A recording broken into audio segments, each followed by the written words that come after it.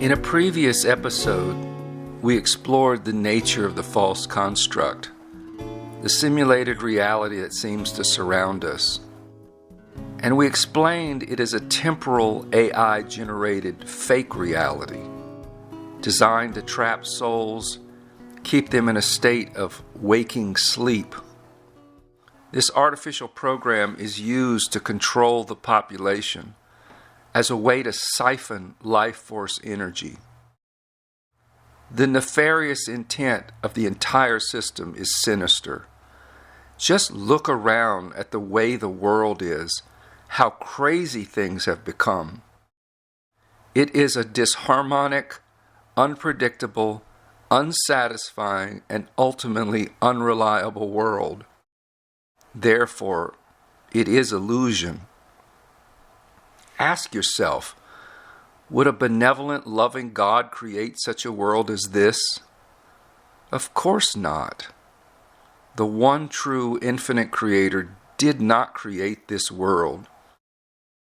It was made holographically by a kind of soulless, demonic, archonic force, one that has long cut itself off from the infinite heart-mind of the everlasting cosmic Father-Mother. What are we to do in order to escape this false construct? And what does it take to merely pass through this world and gain access to the true reality that exists outside of the simulacrum? Fundamentally, it requires that we stop agreeing to the programming that's being fed to us. This program comes in a constant barrage of fear, guilt, anger, depression, and addiction. These are like psychological trauma-induced lasagna layers covering over our core wounds, which is just another symptom of our sense of separation from God's source. Now, if you want to dive more deeply into this discussion, you can watch my video presentation entitled Sovereignty of the Heart. Here you will learn what is required to peel away the layers of coping strategies which we have built as a way of hiding from our past repressed pain. And as we begin to look inside and see what is lurking there, and once we are willing to remember, identify, and feel the original trauma, then we can move toward the next step, consciously stopping our identification with the physical form, our temporal somebody, and its repeating, looping small stories. Instead, we learn to identify with the immortal beingness that we really are, the divine nobody. By embracing this approach through communion with the subtle forces of nature, absorbing the living current of life, seeking out the wild places, we can allow the cosmovital energies to rejuvenate and revitalize our entire being, eventually welcoming the miraculous revelation that there really is nothing to heal, because the past does not exist. It never has. What seemed to happen in the past is ultimately meaningless, nothing more than an installed program of false beliefs, mental structures, memory data, and images, none of which are true or real or eternal. It is the AI program that wants you to hang on, to recycle karmically, and keep your mind focused on an imagined past, as well as anticipate an illusory future that's pretty much the same. This way, it keeps your conscious awareness locked in a repeating thought loop. The way out is by going through the process of disengaging with any kind of identification with physical form. The body is not what we are, being only a belief, a temporary phenomenon. You are not a body. You are spirit. To get free, it is crucial to spend sacred time away from cities, avoiding crowds of people. Ancient masters realized this as well.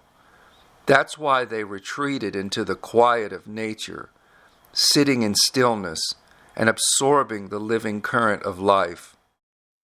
In this way, you too will inevitably arrive at a place of wholeness and freedom.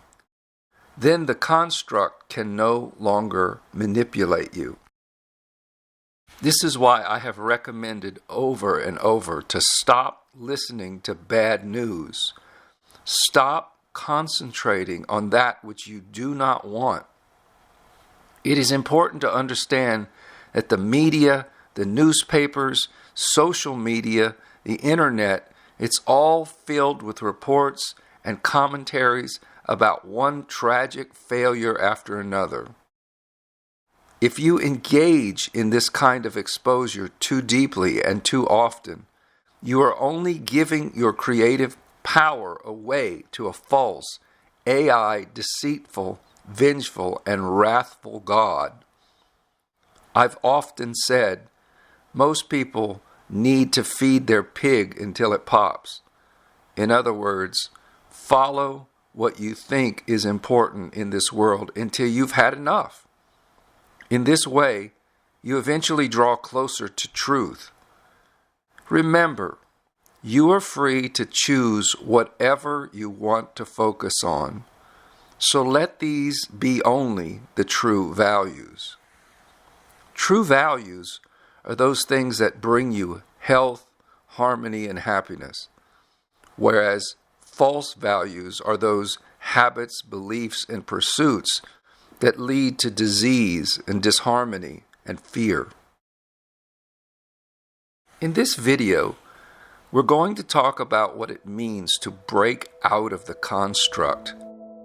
Because unless we cultivate a consistent practice, then all of this is merely philosophy, and it won't lead to liberation. I've mentioned before the importance of starting a meditation practice, and as you can imagine, there are countless forms of meditation, prayer, and centering techniques in this world. These are often well and good, but what we are looking for is a direct experience of being outside of the matrix, an unfettered and unaffected state where the cycle of life and death no longer has a hold on you. This is something we will have to learn, and hopefully before the body expires and we find ourselves permanently separated from the body. Essentially, we should learn to die while we are still alive. When my beloved wife was dying in the year 2019, she often expressed to me that she wanted to face it as consciously as possible. We had spent several months helping her to prepare for the inevitable. She refused medical intervention and chose instead to try to heal herself as naturally as possible. And we joined together with the purpose of working with everything we had learned, the natural forces of sun, air, water, herbs, detoxing the body, earthing, bodywork, frequency music, and bonding behaviors. What I learned while watching her go through this process is something I will never forget, because what she demonstrated to me was the most incredible lesson in surrender and divine love. For several months, my wife kept repeating a mantra, only God and nothing else. She expressed to me that because her body was falling apart and shutting down, it forced her to have to face her own true, authentic nature, the ultimate reality. Since it eventually became more difficult for her to speak, she resorted to writing and texting as a way to communicate with me. Our conversations were usually me speaking directly and asking questions, and her responding by writing in her notebook. Since her passing, I have gone through these notes many times, revisiting her precious offerings to me, the deeper levels of insight and understanding.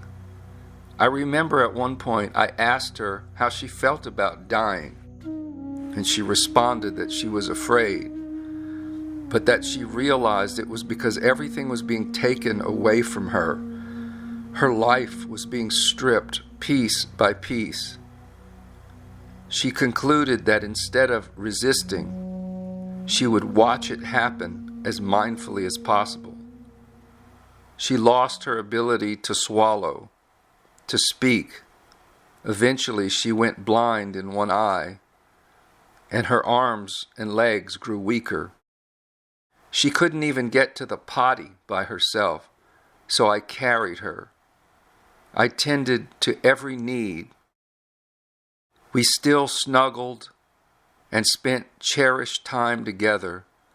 I played music for her, read to her, washed her body. I comforted her as best I could. And what I noticed was that she began to identify with her body less and less.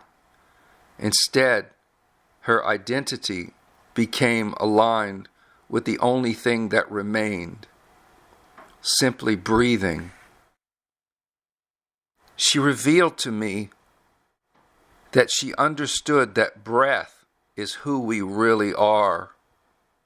Our breath is our spirit. It enters the body at birth and departs at death. She called it the divine breath. In fact, over the course of 9 years, she had worked on a poem, revising it over and over until she finally felt it was perfected. 6 months before she passed, I composed music and I read the poem and produced a recording, which she listened to many times. I want to read you the final verse of the poem because it sums up the secret to breaking free of the construct reality. This is what she wrote. She is magnetic earth. He is electrical sun. Their sacred union is hidden in the innermost chamber of our hearts. She says yes to all of him. He says yes to all of her. The sacramental vibrations of their bonding is the sensation we all desire. Want nothing else. They are our chariot of ascension on the path to light. In every moment, breathe with them. We are the divine breath. Nothing more, nothing less. What I learned from being present during my beloved's passing is to lovingly value and treasure spending precious time in nature, allowing myself to simply practice conscious breathing. In fact, this can be done throughout the day, during our ordinary moments. As often as you can remember, be aware of your breathing. Mind and breath are two sides of the same coin. When they are synchronized, you are outside of the matrix programming. Awareness in the present moment sets you free from the construct. By doing this practice over and over, I experienced the mind beginning to settle, growing more spacious and quiet. Inevitably, I realized it allowed me to access higher currents of thought. It even feels as though my body starts to fade somewhat because there is less thought regarding the past and the future. This is an uncomplicated and unsophisticated practice, and one that can easily be dismissed or overlooked. Yet we are in fact capable of experiencing incredible, sublime power of breath. We are divine breath, nothing more, nothing less. We are everlasting spirit. Consider making an effort to practice this at least 10 minutes twice a day, and you will discover for yourself the joy of expansion, soft awareness, and a greater sense of identity with the divine nobody. Because this is who you really are, a free, unfettered, unlimited nobody beyond the construct. Peace be with you.